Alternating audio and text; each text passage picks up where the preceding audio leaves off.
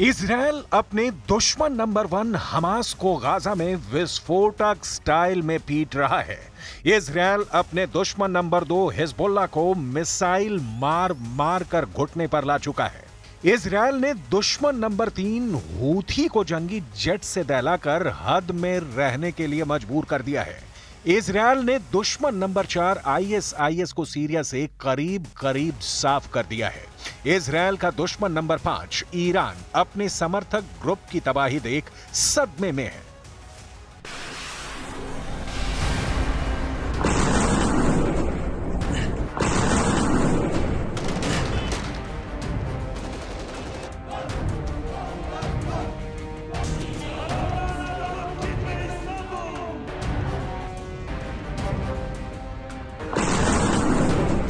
Netanyahu ने सभी मोर्चे सेट कर लिए हैं जहां दुश्मन सिर उठाता है।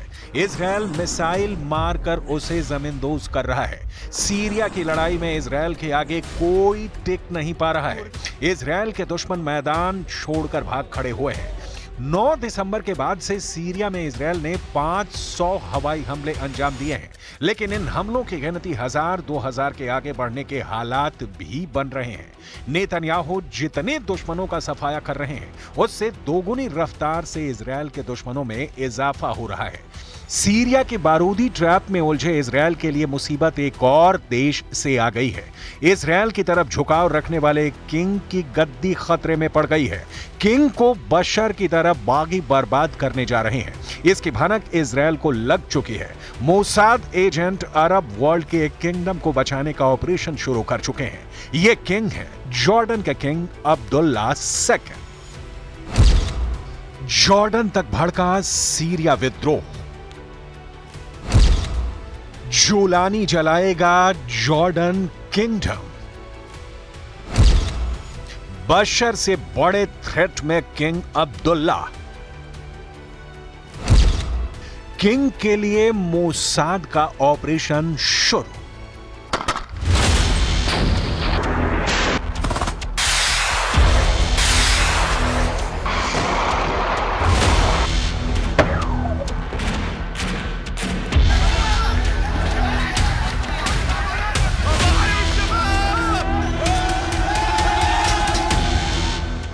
जॉर्डन विद्रोह से जुड़ा लेटेस्ट अपडेट यह है कि इजरायल इसके खिलाफ है।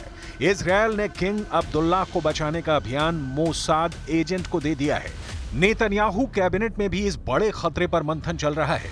सीरिया में विद्रोही लड़ाकों ने जैसे बशर अल असद को मार भगाया है, ठीक वही डर जॉर्डन को लेकर नेतन्याहू ने जताया है। मतलब एक और इस्लामिक देश के अंदर तख्ता पलट का खतरा मंडराने लगा है।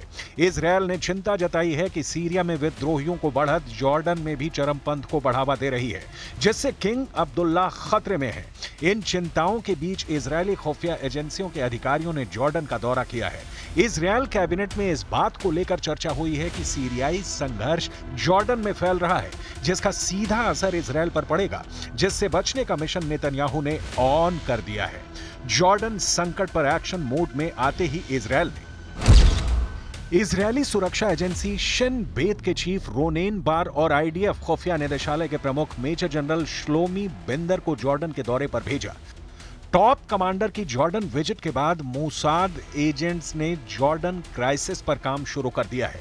यरूशलेम पोस्ट के मुताबिक मिस्र, जॉर्डन और पड़ोसी देशों के अधिकारी सीरिया पर कड़ी नजर रख रहे हैं।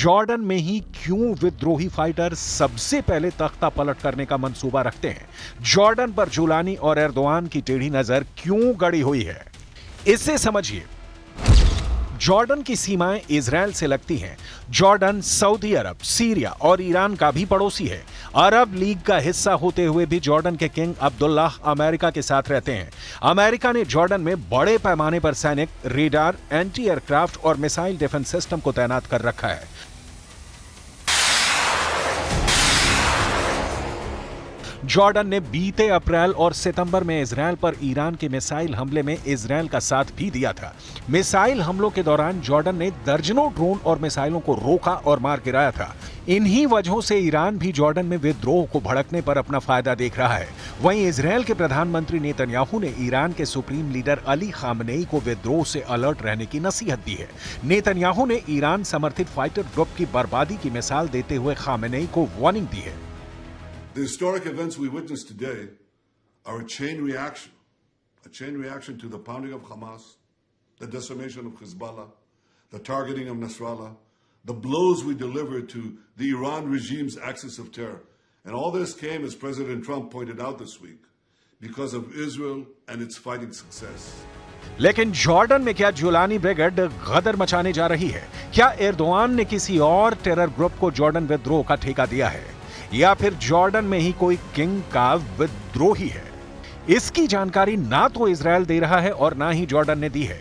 एक सवाल यह भी अहम है कि क्या बशर अल असद से जैसे सीरिया में आवाम तंग थी, उसी तरह किंग अब्दुल्ला शासन से भी जॉर्डन के लोग त्रस्त तो नहीं? किंग अब्दुल्ला सेकंड के रिकॉर्ड्स कुछ यूं हैं। अब्दुल्ला द्वितीय साल 1999 से जॉर्डन के किंग हैं। पिता हुसैन के बाद वो जॉर्डन के सिंहासन पर बैठे। हुसैन ने मौत से कुछ हफ्ते पहले ही सबसे बड़े बेटे अब्दुल्लाह को अपना वारिस बनाया था। अब्दुल्ला हशमाइट राजवंश के सदस्य हैं। इंग्लैंड के सैंडहर्स्ट में रॉयल मिलिट्री अकादमी से ग्रेजुएट। अब्दुल्ला ब्रिटिश आर्मी से जुड़े रहे थे। 1993 में किंग अब्दुल्ला जॉर्डन विशिष्ट विशेष बलों के डिप्टी कमांडर बने। 1994 में विशेष बलों के कमांडर बनाए गए थे। किंग अब्दुल्ला को जॉर्डन को आधुनिकता की ओर ले जाने के लिए भी जाना जाता है। उनकी बेटी और पत्नी को कभी भी बुर्खे में नहीं देखा गया। बशर अल असद से किंग अब्दुल्ला की बहुत सी बातें मेल खाती हैं, जैसे विरासत में मिली सत्ता, जैसे आधुनिक सोच। लेकिन बशर की तरह जॉर्डन में उनको लेकर कोई नाराजगी जैसी बात नहीं। यानी किंग अब्दुल्ला को दूसरे देश के विद्रोहियों से खतरा है।